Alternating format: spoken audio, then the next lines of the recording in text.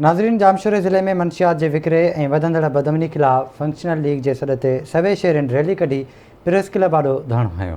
इन हवाले से रिपोर्ट कर रहा है अली मुराद चांडियो। जामशोरो ज़िले में मंशा जे विकिरे ऐं वधंदड़ बदमनी ख़िलाफ़ फंक्शनल लीग जे सॾ ते सवे शहरनि एहतिजाजी रैली कढी प्रेस क्लब आॾो धरणो हयो आहे।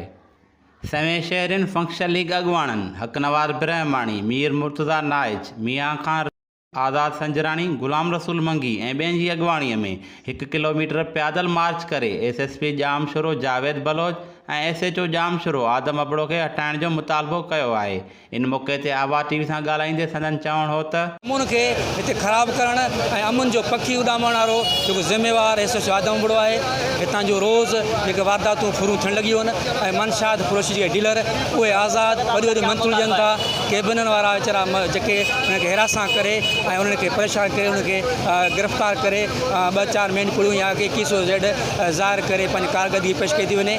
तालीमी इदारा जामशोरे जा हितां जा इंडस्ट्रीज़ एरिया हिते ही रोज़गार वारो ख़ुशगवार जेको डिस्ट्रिक्ट जामशोरो आहे अॼु उनखे बदमनी जे वर चाढ़ियो वियो आहे। अॼु उनखे मंशिया जे वर चाढ़ियो वियो आहे। उहे तालीमी इदारा जिते तालीम मिलंदी आहे, अॼु हलो मां तव्हांखे ॾेखारियां उते मंशियात पई थी मिले, उते आइस पई थी खपे, उते जेको आहे चर्स आम थो हले, उते शराब आम थी हले।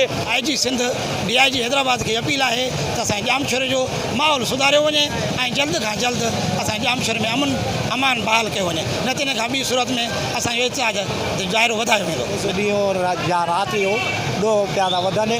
असांजो मुतालबो आहे त SHO हटे ऐं रिकवरी थिए। SP साहिब खे चऊं था त बाबा कहिड़ो बि SHO आणे, हीअ जेके जामशोरे जा माण्हू फुर थिया आहिनि उन्हनि जी रिकवरी करायो।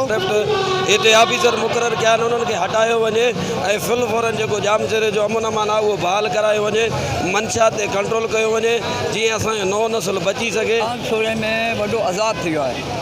मसइलो आहे त घर खां ॿाहिरि निकिरो नथो सघे। रस्ते में अगरि उहो ग़रीब माण्हू खीर विकिरो करे रहियो आहे उन खां 5 रुपया फिरिया था वञनि। फंक्शनल लीग ज़िले जामशोरे जे अॻुवाणनि चिता ॾिनो आहे त तुर्त जामशोरो ज़िले मां मंशा जो कारोबार ऐं बदमनी ख़तमु कई वञे। ॿी सूरत में फंक्शनल लीग जे प्लेटफार्म तां सॼी सिंध में एहतिजाजी मुज़ाहरा कया वेंदा। अली मुराद चांडियो, आवाज़ TV, जामशोरो।